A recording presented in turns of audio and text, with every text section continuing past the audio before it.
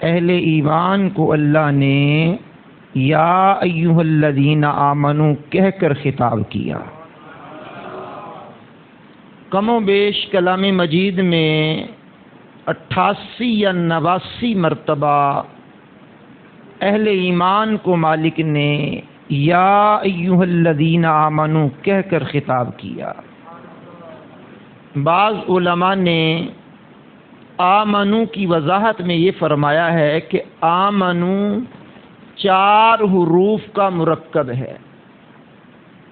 الف پر جب کوئی حرکت آ جائے تو ہم اسے کہتے ہیں حمزہ، آپ الف بھی کہہ سکتے ہیں چلیے، پھر اس کے بعد ہے میم، اس کے بعد ہے نون، پھر اس کے بعد ہے واو،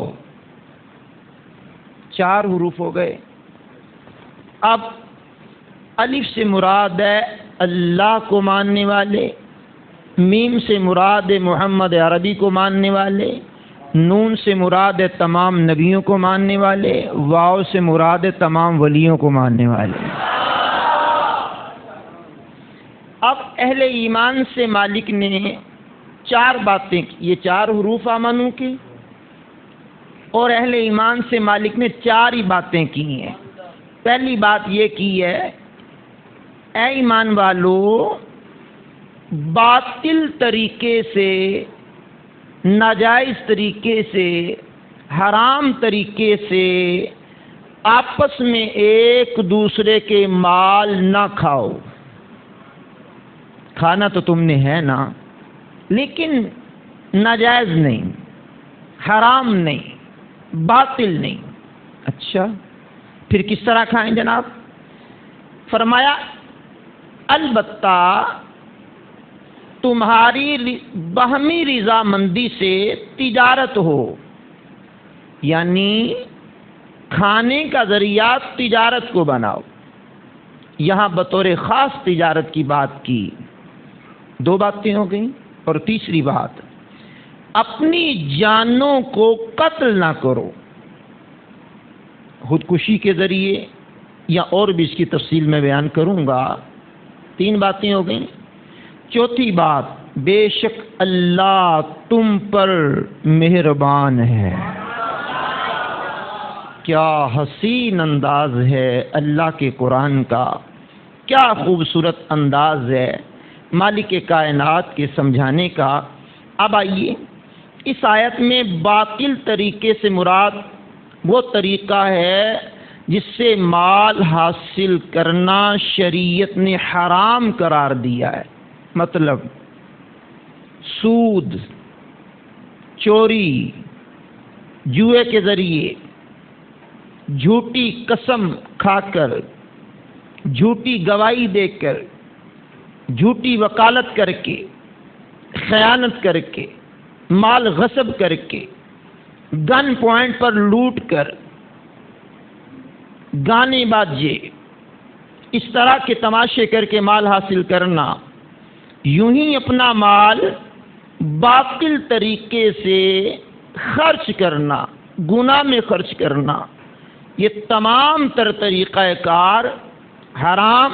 اسی طرح رشوت کا لین دین، ڈنڈی مار کر سودا بیچنا، ملاوٹ کر کے سودا بیچنا، کسی کا قرض دبا لینا، یا ڈاکہ زنی، بستہ خوری، یہ تمام کے تمام طریقے حرام ہیں۔ آج تو مسلمان کو مال چاہیے، کہاں سے آ رہا ہے، کیسے آ رہا ہے، کوئی پتہ نہیں، حرام ہے حلال ہے کوئی پتہ نہیں۔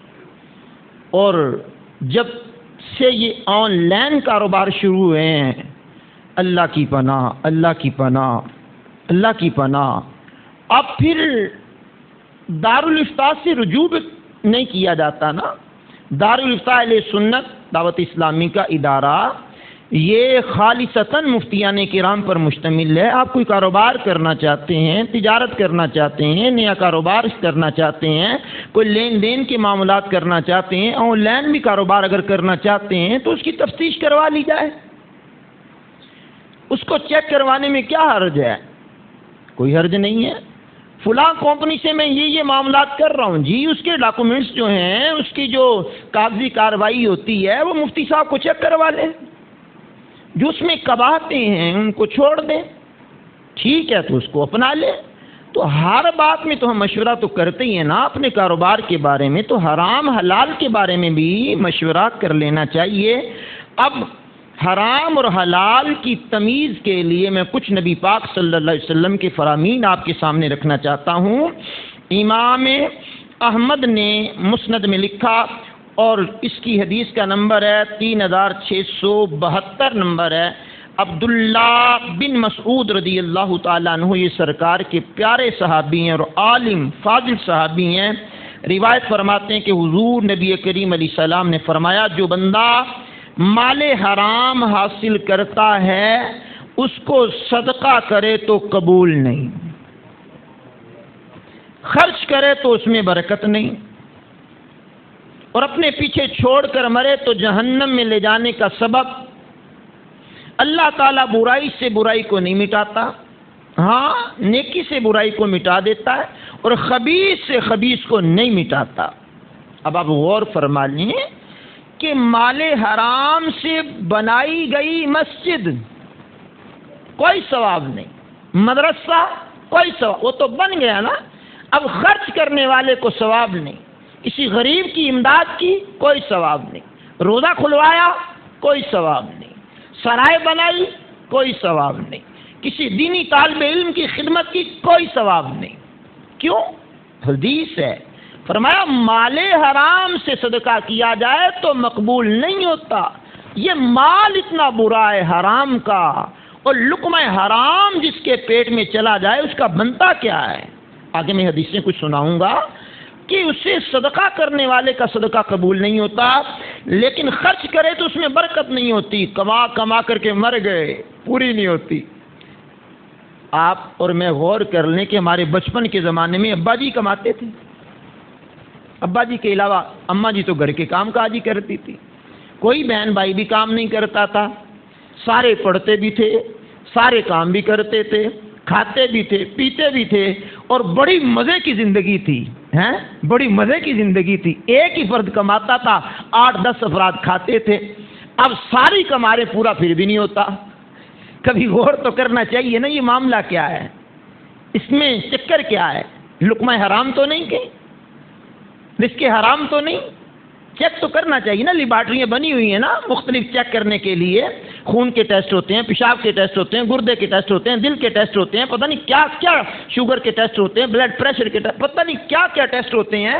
تو یہ رزق کا بھی تو ٹیسٹ کرنا چاہیے نا کہ حرام ہے کہ حلال ہے، اچھا ہے کہ برا ہے۔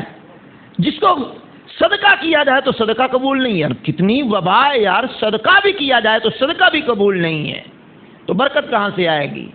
تو بات کر رہا تھا برکت کی، ایک کمانے والا سارے ہی کھاتے اور مزے سے کھاتے تھے۔ اچھا مزیداری کی بات وہ ہے جو وہ کھانا بنتا تھا گھروں میں، یقین فرمائیے محلے میں خوشبوئیں پھیلتی تھی، اب خوشبوئیں کہاں گئیں؟ وسیم بھائی وہ جو اماں جی وہ اللہ گھری کے رحمت کرے، وہ دال تو بغیر گھی کے پکتی تھی نا، اور جب وہ اس کو مخصوص انداز میں اتنا سا گھی لے کر کے اس میں لہسن وغیرہ ادرک ڈال کے اس کا تڑکا لگا کر اوپر ڈالتی تھی اماں جی کی بلا، تو وہ پورے گھر میں خوشبو مہک جاتی تھی۔ کہاں لائیں وہ دال؟ آپ نہ بھی بولیں تو بات تو صحیح ہے۔ اچھا اب وہ جناب اتنے لوازمات تو ہم نے ڈال دیے اس کو لذیذ بنانے کے لیے، لیکن یار وہ حلال کی کمائی، وہ جو محنت مشقت کی کمائی، وہ جو پاکیزہ کمائی تھی، اس کی لذت ہی کچھ اور تھی، ہیں؟ اللہ اکبر کبیرہ۔ آگے ارشاد فرمایا گیا کہ پیچھے چھوڑ کر مرے تو جہنم میں لے جانے کا سبب ہے۔ یہ سامنے بھی قبرستان نظر آتا ہے، بائیں بھی قبرستان نظر آتا ہے، کتنے لوگ ہیں، ان کی تختیاں پڑھیے، پڑھنے سے نگاہ کمزور ہوتی ہے، بہرحال دیکھیے یہاں کتنے کتنے لوگ سمائے ہوئے ہیں، کتنے کتنے لوگ مالداریاں پڑے ہوئے ہیں، قبرستانوں کا جائزہ لیجئے کتنے کتنے لوگ زیر زمین چلے گئے جو انہوں نے حلال کمایا یا حرام کمایا پیچھے چھوڑ کر کے چلے گئے. اب وہ چھوڑ کر کے گئے, اللہ ہی جانے قبر میں ان کے ساتھ کیا بن رہا ہوگا. تو پیچھے چھوڑ کر مال حرام مرے تو جہنم میں لے جانے کا سبب. پھر اللہ کریم کے محبوب نے فرمایا اللہ تعالیٰ برائی سے برائی کو نہیں مٹاتا, ہاں نیکی سے برائی کو مٹا دیتا ہے. نیکی کرو تو برائی مٹ جاتی ہے. اعتکاف کیا برائی مٹ جائے گی, نوافل پڑھے برائی مٹ جائے گی, تہجد پڑھی برائی مٹ جائے گی, روزہ رکھا برائی مٹ جائے گی, نیک عمل کیے برائی مٹ جائے گی, حلقوں میں بیٹھ کر قرآن سیکھا سکھایا برائی مٹ جائے گی, دعائیں یاد کی کرائیں برائی مٹ جائے گی. نیکی کرو گے تو برائی مٹ جائے گی. اللہ خبیث سے خبیث کو نہیں مٹاتا. کپڑا ناپاک ہو جائے تو پیشاب سے تھوڑی پاک کیا جاتا ہے, وہ پانی سے پاک کیا جاتا ہے, اور پانی بھی پاک ہو. پاک کرنے کے لیے پانی بھی پاک چاہیے. یہ نہیں ہے کپڑا پلیت ہو گیا تو نالی کے ساتھ جناب والا بہتا ہوا پانی اس سے پاک نہیں پاک ہوگا, ناپاک سے ناپاک ہی ہوگا. اور بھائی جب کپڑا بھی پاک پانی سے پاک ہوتا ہے تو اندر بھی پاک رزق سے ہی پاک ہوتا ہے. ٹھیک ہو گیا جناب. اب دوسری حدیث پڑھتے ہیں. نبی پاک صلی اللہ علیہ وسلم کے صحابی سیدنا صدیق اکبر عتیق و اطہر خلیفہ اول بلا فصل رضی اللہ تعالیٰ عنہ ارشاد فرماتے ہیں کہ حضور پر نور صلی اللہ علیہ وسلم نے ارشاد فرمایا اللہ تعالیٰ اس جسم پر جنت کو حرام کر دیتا ہے جو حرام غذا سے پلا بڑا ہو. کھایا حرام, پیا حرام, کمایا حرام, جمع حرام کیا, جسم کو توا نہ کر دیا, جسم کو طاقتور بنا دیا, لیکن پلا کس سے ہے؟ حرام غذا سے. تو جہنم اس کا مستحق, جنت اس پر حرام. جنت کا وہ سوچے بھی نہ مال حرام کھانے والا, وہ جہنم کا سوچے, جنت کا تصور بھی نہ کرے نا کہ مال حرام کھا کر کے وہ جنت میں جائے گا. تیسری حدیث سنیے. میرے کریم آقا علیہ الصلوۃ والسلام کے صحابی ہیں حضرت سعد رضی اللہ تعالیٰ عنہ. انہوں نے بارگاہ رسالت میں عرض کی یا رسول اللہ کوئی ایسا وظیفہ بتا دیں کہ میں جو دعا اللہ کی بارگاہ میں کروں اللہ میری دعا کو شرف قبولیت عطا فرما دے. اللہ اکبر. معجم الاوسط کی حدیث نمبر ہے 6490. میرے کریم آقا علیہ السلام نے فرمایا اے سعد اپنی غذا کو پاک کر لو مستجاب الدعوات ہو جاؤ گے. میرے شیخ, میرے ہادی, میرے رہبر, میرے پیر, میرے امیر اہل سنت حضرت علامہ مولانا ابو بلال ذو الفضل والکمال الیاس قادری صاحب کہتے ہیں ہاتھ اٹھتے ہی بر رائے ہر مدعا وہ دعاؤں میں مولا اثر چاہیے. تو دعا کے قبول ہونے کے لیے رزق حلال شرط ہے. کہا کہ غذا کو پاک کر لو مستجاب الدعوات ہو جاؤ گے.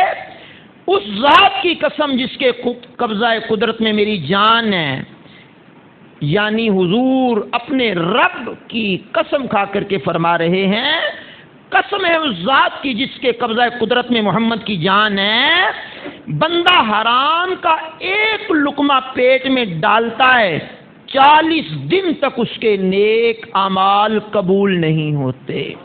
اور جس بندے کا گوشت حرام سے پلا بڑا ہو اس کے لیے آگ زیادہ بہتر ہے. ایک لقمے کا وبال یہ ہے. تو ایک روٹی, پھر 2 روٹی, پھر 3 وقت کا کھانا, پھر پہننا, اوڑھنا, بچھونا, پھر جس مکان کی بنیاد حرام پیسے سے رکھی ہے, عالی شان بلڈنگ بن گئی, لیکن سکون اس میں بھی نہیں ہے.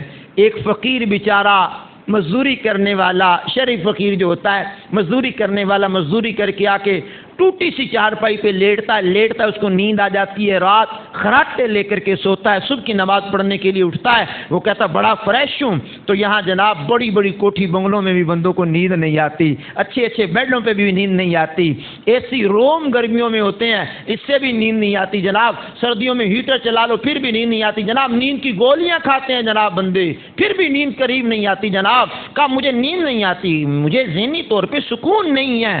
بھائی جان ناراض ہوئے بغیر رزق پہ غور کر لیں, ٹھیک ہے,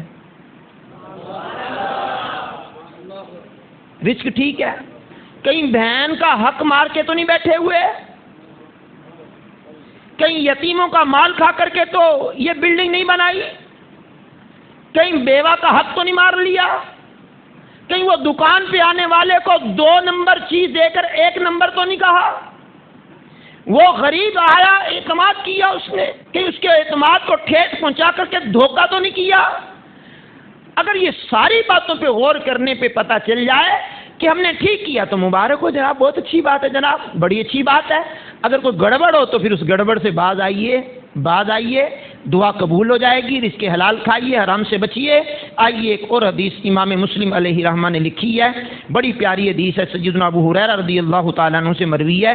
ایک شخص فرمایا جو لمبا سفر کرتا ہے، شارحین نے فرمایا یعنی اپنے علاقے سے مکے جاتا ہے، مدینے جاتا ہے، لمبا سفر کرتا ہے، اللہ اس کے بال پراگندہ ہیں، جسم گردآلود ہے، اور ہاتھ آسمان کی طرف اٹھا کر کہتا ہے یا رب یا رب یا رب، یعنی اللہ کی بارگاہ میں دعا کے لیے ہاتھ اٹھاتا ہے۔ کریم آقا علیہ السلام فرماتے ہیں حالانکہ اس کا کھانا حرام، پینا حرام، لباس حرام، غذا حرام، پھر اس کی دعا کیسے قبول ہو؟ کس طرح اس کی دعا قبول ہو جس کا سارے کا سارا ہی حرام ہے، اس کے علاوہ ہے ہی نہیں ہے؟ یہ تو ہے مال حرام کا وبال، حرام کمانے کا وبال، حرام کھانے کا وبال، حرام پہننے کا وبال، حرام پینے کا وبال۔ اب آئیے جو پاکیزہ کھاتے ہیں، پاکیزہ کماتے ہیں، حلال کمائی کرتے ہیں، الا ان تکون تجارتا عن تراض منکم، مگر تمہاری باہمی رضامندی سے جو تجارت ہو اس کے فضائل بھی سنیے، خالی حرام ہی کے نقصانات نہیں سنانے لگا، جو لقمہ حلال کماتا ہے اس کی کتنی فضیلت ہے۔ میرے کریم آقا علیہ الصلوۃ والسلام کے صحابی ابو سعید خدری رضی اللہ تعالیٰ عنہ، جامع ترمذی میں حدیث موجود ہے، میرے کریم آقا علیہ السلام نے ارشاد فرمایا سچا امانت دار تاجر بروز قیامت صدیقین، انبیاء اور شہداء کے ساتھ اٹھایا جائے گا۔ اس حدیث کو میرا دل کرتا ہے میں دوبارہ پڑھوں۔ امام ابو عیسیٰ ترمذی علیہ رحمہ جامع ترمذی میں لکھتے ہیں کہ حضور پر نور سید عالم علیہ السلام نے فرمایا سچا امانت دار تاجر، 2 باتیں ہو گئی، سچا امانت دار تاجر قیامت کے دن انبیاء، صدیقین اور شہداء کے ساتھ اٹھایا جائے گا۔ اب قرآن کریم کی سورہ نساء ہے، یہ بھی پڑھیں گے، وَمَن يُطِعِ اللَّهَ وَالرَّسُولَ فَأُولَٰئِكَ مَعَ الَّذِينَ أَنْعَمَ اللَّهُ عَلَيْهِم مِّنَ النَّبِيِّينَ والصدیقین والشہداء والصالحین وحسن اولئک رفیقا، فرمایا جو اللہ اور اس کے رسول کی فرما برداری کرے وہ ان لوگوں کے ساتھ ہوں گے جن پر اللہ نے انعام کیا۔ انعام کن پر کیا؟ صدیقین پر، انبیاء پر، صدیقین پر، شہداء پر، صالحین پر، وحسن اولئک رفیقا، کہا یہ بڑے اچھے دوست ہیں۔ بھئی کر تو وہ تجارت رہا ہے، کما تو وہ مال رہا ہے، لیکن سچا ہے، امانت دار ہے، خیانت نہیں کرتا، دکان پہ جاتا ہے غلط بیانی نہیں کرتا، مارکیٹ میں جاتا ہے غلط بیانی نہیں کرتا، مارکیٹنگ کرتا ہے غلط بیانی نہیں کرتا، 1 نمبر چیز 1 نمبر کہہ کے دیتا، 2 نمبر 2 نمبر کہہ کے دیتا ہے، جو بھی چیز بیچتا ہے اس کی حقیقت بتا کر کے بیچتا ہے، تو سچا امانت دار تاجر، اتنی اس کی فضیلت ہے یار، کما تو وہ اپنے لیے رہا ہے، گھر والوں کے لیے رہا ہے، بہن بھائیوں کے لیے رہا ہے، بیوی بچوں کے لیے رہا ہے، لیکن حضور نبی کریم اس کو انعام میں کیا فرما رہے ہیں؟ انبیاء کے ساتھ ہوگا، صدیقین کے ساتھ ہوگا، شہداء کے ساتھ ہوگا۔ میں نے کہا پھر اسلام کے اندر اس کے حلال کمانے کی کتنی برکتیں ہیں، ٹھیک ہو گیا جناب۔ آئیے میں اس کے حوالے سے دوسری حدیث بھی بیان کروں، دوسری حدیث بھی بڑی پیاری حدیث ہے، در منصور تفسیر کے اندر سورہ نساء کی اسی آیت کے تحت لکھا ہے، کریم آقا علیہ السلام کے صحابی ہیں حضرت معاذ بن جبل رضی اللہ تعالیٰ عنہ روایت کرتے ہیں کہ رسول اللہ علیہ السلام نے فرمایا پاکیزہ کمائی ان تاجروں کی، اچھا آپ میں سے جو کاروبار کرتا ہو، دکاندار ہو، وہ بھی غور کرے کہ حضور نبی کریم علیہ السلام نے پاکیزہ کمائی کن کی کہا ہے؟ کہ پاکیزہ کمائی ان تاجروں کی جو گفتگو کریں تو جھوٹ نہ بولیں. آہستہ بولیں کوئی سن نہ لے. جو گفتگو کریں تو یعنی اپنے خوبصورت لب و لہجے کے ذریعے دھوکہ دینے میں ماہر نہ ہوں. جھوٹ گفتگو میں نہ بولیں. نمبر 2، جب وعدہ کریں تو وعدہ خلافی نہ کریں. نمبر 3، جب ان کے پاس امانت رکھی جائے تو خیانت نہ کریں. نمبر 4، جب کوئی چیز خریدیں تو اس کی برائی بیان نہ کریں.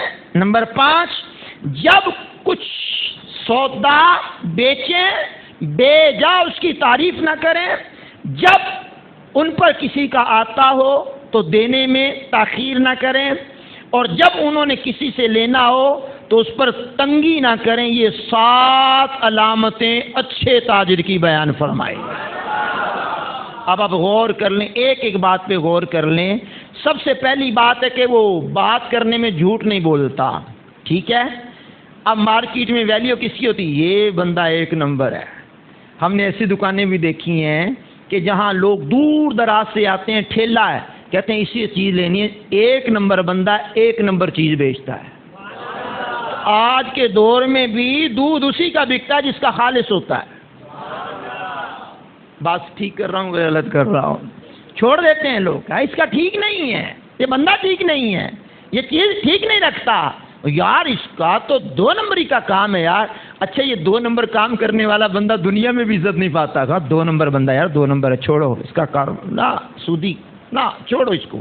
تو اس کی معاشرے میں بھی عزت نہیں ہوتی. تو فرمایا پہلی بات جھوٹ نہیں بولتا. وعدہ خلافی، چیک دے دیا اس نے جناب، ہفتے والے دن رات کو چیک دے دیا، اگلے دن اتوار ہے، پیر والے دن بندہ بینک میں گیا تو پیسے ہی نہیں. کر لو جناب، وعدہ خلافی. اب آپ غور کر لیں کہ جو اس طرح کے کام نہ کرے اس کے کاروبار میں برکت ہوگی. جو یہ کام کرے گا برکت کوئی نہیں ہوگی اس کے اندر. اور جب جناب والا امانت میں خیانت کرنے والا، چیزوں میں عجیب و غریب معاملہ کرنے والا، غور کر لے کہ وہ کیا کر رہا ہے. چلیے اور ایک حدیث سنیے. میرے کریم آقا علیہ الصلوۃ والسلام فرماتے ہیں، فرمایا تم میں سے پہلے لوگوں میں ایک تاجر تھا. تاجر، اس حدیث کو مسند امام احمد میں لکھا گیا ہے. کہا پہلے دور میں ایک تاجر تھا، اس کی موت کا وقت قریب آیا تو فرشتے آ گئے اس کی روح قبض کرنے کے لیے. اسرائیل علیہ السلام آ گئے، ہمیں تجھے لے کے جانا ہے، لیکن تجھے رعایتی پیکج یہ ہے کہ مالک فرماتا ہے یاد کر تیرے پاس کوئی نیکی ہے. کیا بات ہے. یعنی اسرائیل نے بھی آ کر کے بعض لوگوں کو پوچھا ہے بتلائیے آپ کے پاس کوئی نیکی ہے. رسول اللہ فرماتے اس نے کہا جی مجھے یاد تو نہیں پڑتا کوئی نیکی ہو. فرشتے نے کہا غور کر کوئی تو نیکی ہوگی. اب غور طلب معاملہ یہ ہے کہ جس کے لیے نیکی کی ہے وہ تو جانتا ہے نا. فَمَن يَعْمَلْ مِثْقَالَ ذَرَّةٍ خَيْرًا يَرَهُ وَمَن يَعْمَلْ مِثْقَالَ ذَرَّةٍ شَرًّا يَرَهُ. ذرے کے برابر بھی نیکی کی ہوگی قیامت کو دیکھ لو گے، ذرے کے برابر بھی برائی کی ہوگی قیامت کے دن دیکھ لو گے. پورا پانی کا ڈول بھرا ہوا ہوتا ہے، ایک قطرہ پیشاب کا سب کو ناپاک کر دیتا ہے. ٹھیک ہے. نیکی پرانی نہیں ہوتی، گناہ مٹایا نہیں جاتا. ہاں توبہ کرنے سے مالک معاف فرما دیتا ہے. کہا سوچ کو نیکی کی ہے؟ اس نے کہا جی یاد تو نہیں پڑتا. کہا ذہن پہ دباؤ ڈال، تیرے نامہ اعمال میں کوئی تو نیکی کی ہوگی زندگی میں. نبی کریم علیہ السلام فرماتے ہیں صحابہ وہ پہلے زمانے کا بندہ کہنے لگا ہاں مجھے یاد آیا میرے پاس ایک نیکی ہے. کیا بات ہے جی. اچھا اس کا ایک الگ سے موضوع تو یہ بنے گا نا کہ حضور نے اس کی تعریف صحابہ کے سامنے کی. اور دوسری بات یہ ہے کہ صدیاں گزر جانے کے بعد ہم ممبر پر آج بھی اس کی تعریف کر رہے ہیں. تھوڑی بات ہے. علماء نے اپنی کتابوں میں لکھا، تفاسیر میں لکھا، تھوڑی بات ہے. اس کا تذکرہ کا ایک نیکی مجھے یاد پڑتا ہے کہ وہ نیکی ہے. فرشتے نے کہا جلدی بتاؤ وہ نیکی کیا ہے. کہنے لگا میں دنیا میں تجارت کرتا تھا اور تجارت کرنے میں میرا یہ اصول تھا جب میں نے کسی امیر کو سودا سلف دیا ہوتا تو اسے لینا ہوتا تو اس کو مہلت دیتا میں نے کہا یہ تو کوئی بڑی بات نہیں ہے، یہ تو ہمارے دور میں بھی ہے کہ امیر کو کہتے ہیں آ جائے گا شیخ صاحب، کیا اپنے پاس یہ آ جائے گا، بات تو غریب کی ہے نا۔ تو اگلی بات سنیے، حضور فرماتے ہیں وہ کہتا جب میں نے امیر سے لینا ہوتا اس کو مہلت دیتا، جب غریب سے لینا ہوتا اور وہ نہ دے سکتا تو اللہ کی رضا کے لیے معاف کر دیتا۔ یہ بڑی بات ہے، یہ بڑی بات ہے۔ اب اس کو شرمندہ نہ کرتا، مثال کے طور پر وہ راستہ بدل کر کے جانا چاہتا، میں اس کو بلاتا ادھر آؤ، کیا مسئلہ ہے؟ اس نے کہا یار مجھے شرم آتی ہے آپ کا سامنا کرنے میں نے آپ کا قرضہ دینا ہے، میں نے آپ کا قرضہ دینا ہے، مجھے سامنا کیا نہیں جاتا۔ کو چھوڑ یار کیا بات ہے، جا میں نے اللہ کی رضا کے لیے معاف کر دیا۔ کیا بات ہے۔ رسول اللہ فرماتے ہیں صلی اللہ علیہ وسلم، اللہ کریم نے فرمایا فرشتوں، جی مالک، اب میرا دل کرتا یہ جملے اگلے میں لذت اور چاشنی اور مزہ لے کر کے آپ کو سناؤں۔ کہا فرشتوں، جی مالک، فرمایا یہ میرے بندوں سے درگزر کرتا تھا، تم بھی درگزر کر لو۔ کیا بات ہے، کیا بات ہے، سچے امانت دار تاجر کی کیا بات ہے جناب، کیا بات ہے۔ آگے سنیے جناب، اب تیسری بات اس میں ارشاد ہوئی ہے کہ اپنے آپ کو ناحق قتل نہ کرو، اپنے آپ کو ہلاکت میں نہ ڈالو۔ مسلمان کو قتل کرنا یہ بھی اپنے آپ کو ہلاکت میں ڈالنے کے مترادف ہے کہ اس کی پاداش میں اس کو بھی سزا ملے گی، یہ بھی ہلاکت میں ڈالنے والا کام ہے۔ نمبر 2، کریم آقا علیہ الصلوۃ والسلام کی بخاری شریف کی حدیث کا نمبر ہے 6011۔ میرے کریم آقا علیہ الصلوۃ والسلام نے ارشاد فرمایا تم مسلمانوں کو دیکھو گے وہ ایک دوسرے پر رحم کرنے والے، دوستی رکھنے والے، شفقت کا مظاہرہ کرنے والے۔ 3 باتیں بھائی جان مسلمانوں کی آپس میں، آواز کمزوروں والی نہیں چاہیے، ایک دوسرے پر رحم کرنے والے، دوستی رکھنے والے، شفقت کا مظاہرہ کرنے والے، ایک جسم کی مانند ہیں، چنانچہ جسم کے جب کسی بھی حصے کو تکلیف پہنچتی ہے تو سارا جسم جاگنے اور بخار میں اس کا شریک ہو جاتا ہے۔ کسی کے درد کو اپنا درد سمجھیے، کسی کے کرب کو اپنا کرب سمجھیے، کسی کی تکلیف کو اپنی تکلیف سمجھیے۔ کیوں؟ وہ مسلم ہے اور مسلمان ہمارا بھائی ہے، وہ ہمارا بھائی ہے۔ رحم، شفقت، مہربانی کرنے کا وتیرہ بنائیے۔ حضور نبی کریم علیہ السلام کی حدیث ہے، امام مسلم نے اس کو لکھا ہے، 2586 نمبر حدیث ہے۔ میرے کریم آقا علیہ الصلوۃ والسلام کے صحابی نعمان بن بشیر رضی اللہ تعالیٰ عنہ بیان کرتے ہیں، ارشاد فرمایا پاک پیغمبر نے مسلمان باہم ایک شخص کی طرح ہے، اگر اس کی آنکھ میں تکلیف ہو تو اس کے سارے جسم کو تکلیف ہوتی ہے، اگر اس کے سر میں تکلیف ہو تو اس کے سارے جسم کو تکلیف ہوتی ہے۔ کیا خیال ہے اعتکاف میں بیٹھے ہوئے یا ہم آپس میں جو بیٹھے ہوئے ہیں کوئی ایک تکلیف میں ہو تو ہم بھی تکلیف محسوس کرتے ہیں؟ جہاں ہماری خواہش تھی کہ ہم وہاں لیٹیں، کوئی اور لیٹ گیا تو ہم راحت محسوس کرتے ہیں کہ تکلیف محسوس کرتے ہیں؟ کھانے میں جس بوٹی پر، جس چیز پر ہماری توجہ تھی کسی اور نے اٹھا لی، ہم تکلیف محسوس کرتے ہیں کہ راحت محسوس کرتے ہیں؟ تو یہ کتنا پیارا ماحول ملا ہوا ہے کہ آپس میں ایک دوسرے کے ساتھ بھائی چارے کے ساتھ بیٹھے ہوئے ہیں، نہ کوئی رشتہ داری ہے، نہ کوئی برادری ہے، نہ کوئی علاقہ ہے، آپس میں بیٹھے ہوئے ہیں، مسجد میں آئے ہوئے ہیں، بیٹھے ہوئے ہیں، پیار محبت کی فضا قائم کریں۔ یہ تھیوری اور ہوتی ہے، پریکٹیکل اور ہوتا ہے، تھیوری بھی ہو پریکٹیکل بھی ہو، جو سنتے ہیں اس کو اپنی زندگی میں لاگو کریں گے تو انشاءاللہ اس کا بڑا فائدہ ہوگا، نقصان کوئی نہیں ہوگا۔ پھر ایک حدیث اور سن لیجئے، میرے کریم آقا رحیم آقا علیہ الصلوۃ والسلام کے اوپر نازل ہونے والی 2 حدیثیں کتاب میں اللہ کے قرآن میں بیان کیا گیا ہے۔ ارشاد فرمایا کہ ایسا کام نہ کیا جائے جس کی پاداش میں تمہیں قتل کر دیا جائے۔ مثال کے طور پر اگر کوئی بندہ کسی مسلمان کو قتل کرتا ہے، نتیجے میں اس کو بھی قتل کیا جائے گا، اس دور کی بات، یا دیت دینی پڑے گی۔ اگر بندہ زنا کا عادی ہوتا ہے، وہ شادی شدہ بھی ہوتا ہے، تو پھر اس کو کتنی سزا دی جاتی، کوڑے مارنے کی۔ اگر وہ مرتد ہو جاتا ہے تو پھر اس کو مرتد ہونے کے بعد کیا سزا ملتی ہے، یہ دو آیتیں میں آپ کو ایک کے بعد دوسری سناتا ہوں۔ مالک فرماتا ہے وَلَا تَقْرَبُوا الزِّنَا إِنَّهُ كَانَ فَاحِشًا وَسَاءَ سَبِيلًا، بنی اسرائیل کی 32ویں آیت ہے۔ اور بدکاری کے پاس نہ جاؤ، بے شک بے حیائی اور بہت ہی برا راستہ ہے۔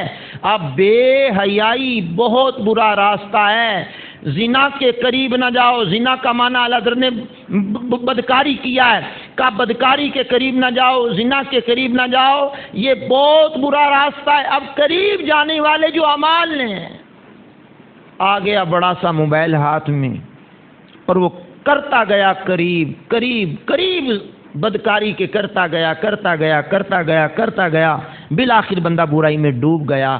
اب اگر وہ شادی شدہ ہے تو پھر اس کی سزا میں کیا کیا جائے گا، یہ شریعت نے بڑے سخت احکام بیان کیے ہیں۔ پھر اگر وہ بندہ کسی کو قتل کرتا ہے، اس کے بارے میں سورہ نساء کی آیت نمبر 93 ہے، وَمَن يَقْتُلْ مُؤْمِنًا مُتَعَمِّدًا فَجَزَاؤُهُ جَهَنَّمُ خَالِدًا فِيهَا وَغَضِبَ اللَّهُ عَلَيْهِ وَلَعَنَهُ وَأَعَدَّ لَهُ عَذَابًا عَظِيمًا۔ فرمایا اور جو کسی مسلمان کو جان بوجھ کر قتل کر دے تو اس کا بدلہ جہنم میں عرصہ دراز تک اس میں رہے گا۔ اللہ نے اس پر غضب کیا، اس پر لعنت کی، اس کے لیے بڑا عذاب تیار کر رکھا ہے۔ قتل کی دھمکیاں دینے والے، قتل کی جناب والا پریشر ڈال کر کے تجھے قتل کر دوں گا، مار دوں گا، یہ کر دوں گا، وہ کر دوں گا، ایک چھوٹی چھوٹی بات پر قتل ہو جاتے ہیں، چھوٹے چھوٹے زمین کے ٹکڑے پر قتل ہو جاتے ہیں، چھوٹی چھوٹی رقم پر قتل ہو جاتے ہیں، چھوٹی چھوٹی بات پر قتل ہو جاتے ہیں۔ تو قتل کرنے والا اور مقتول قرب قیامت میں یہ بھی علامت ہے کہ نہ قتل ہونے والے کو پتا ہوگا وہ کیوں قتل ہو رہا ہے، نہ قتل کرنے والے کو پتا ہوگا وہ کیوں قتل کر رہا ہے۔ قاتل و مقتول دونوں ہی جہنمی، بعض روایات میں یہ بھی ملتا ہے۔ تو یہ بھی اپنے آپ کو ہلاکت میں ڈالنے والی بات ہے۔ بندہ یہ نہ کہے کہ میں نے قتل کر دیا بچ گیا، یہ بھی ہلاکت میں گیا، یہ بھی ہلاکت میں گیا۔ آخری بات سنیے، بات کو ختم کرتے ہیں۔ چوتھی بات یہ تھی کہ اللہ تم پر بڑا ہی مہربان ہے، بڑا ہی مہربان ہے۔ وہ کتنا مہربان ہے، اس کی مہربانیوں کا اندازہ اس بات سے لگائیے۔ حضور نبی کریم علیہ السلام کے ایک صحابہ کرام کے ساتھ سفر میں تھے، رسول اللہ بھی ساتھ تھے۔ ان کو رات غسل کرنے کی حاجت پیش آئی، سخت سردی کی رات تھی، ان کو اندیشہ ہوا کہ میں غسل کروں گا تو میں مر جاؤں گا۔ انہوں نے تیمم کیا اور تیمم کر کے صحابہ کے ساتھ نماز پڑھی۔ تو صحابہ نے بعد میں حضور کو بتایا، حضور یہ معاملہ اس کے ساتھ ہوا ہے، تو اس نے بغیر غسل کیے تیمم کر کے نماز پڑھ لی ہے۔ تو میرے کریم آقا نے ان کو بلا کر کے پوچھا، مجھے یوں معلوم ہوا ہے تو نے یہ کیا کیا؟ اس نے کہا، آقا مجھے سخت سردی محسوس ہو رہی تھی اور شدت کی تباہ کی سردی ہے، اگر میں غسل کرتا تو میں ہلاک ہو جاتا۔ حضور میں نے تو اللہ کے قرآن پہ عمل کیا ہے، میں نے تو اللہ کے قرآن پہ عمل کیا ہے۔ پھر انہوں نے آیت کریمہ تلاوت کر دی، وَلَا تَقْتُلُوا أَنفُسَكُمْ إِنَّ اللَّهَ كَانَ بِكُمْ رَحِيمًا۔ حضور نبی کریم جن پر قرآن اترا ہے، جب صحابی کی زبان سے یہ آیت سنی نا، حضور مسکرا پڑے، جس کی تسکین سے روتے ہوئے ہنس پڑے۔ اس تبسم کی عادت پہ، اس تبسم کی عادت پہ لاکھوں سلام۔ مسکرانا بھی صدقہ ہے، سبحان اللہ کہنا بھی نیکی ہے۔ جس کی تسکین سے روتے ہوئے ہنس پڑے، اس تبسم کی عادت پہ۔ تو شاہ رحیم نے لکھا، حضور کا مسکرانا ہی کام کر گیا کہ ٹھیک ہے۔ حضور نے کوئی جواب بھی نہ دیا۔ لیکن آپ کو مجھے اگر یہ مسئلہ پیش ہو جائے، درپیش آ جائے، تو ہم اپنے قیاس سے کام نہ لیں بلکہ علماء سے رجوع کر لیں، اللہ کے قرآن کو سمجھنے کی کوشش، قرآن کا فیض حاصل کرنے کی کوشش۔ روزہ شروع ہو گیا، اللہ نے چاہا تو آج 25 کی رات ہوگی اور 25 کی رات طاق رات ہوتی ہے۔ طاق راتوں میں بھی لیلۃ القدر کو تلاش کیا جاتا ہے، شب قدر کی تلاش کی جاتی ہے۔ تو رات عبادت میں گزارنے کی نیت کے ساتھ دن گزاریے، پھر رات آئے تو اللہ کے حضور قیام، رکوع و سجود، ذکر و دعا، نیکی کا حلقہ بیان، سنتیں سیکھنے سکھانے کا ماحول تو الحمدللہ یہاں ہوتا ہے۔ اللہ کریم مجھے آپ کو عمل کی توفیق سے مالا مال کرے۔ کل ایک اور موضوع لے کر کے آپ کی بارگاہ میں حاضر ہوں گے۔ وآخر دعوانا ان الحمدللہ رب العالمین۔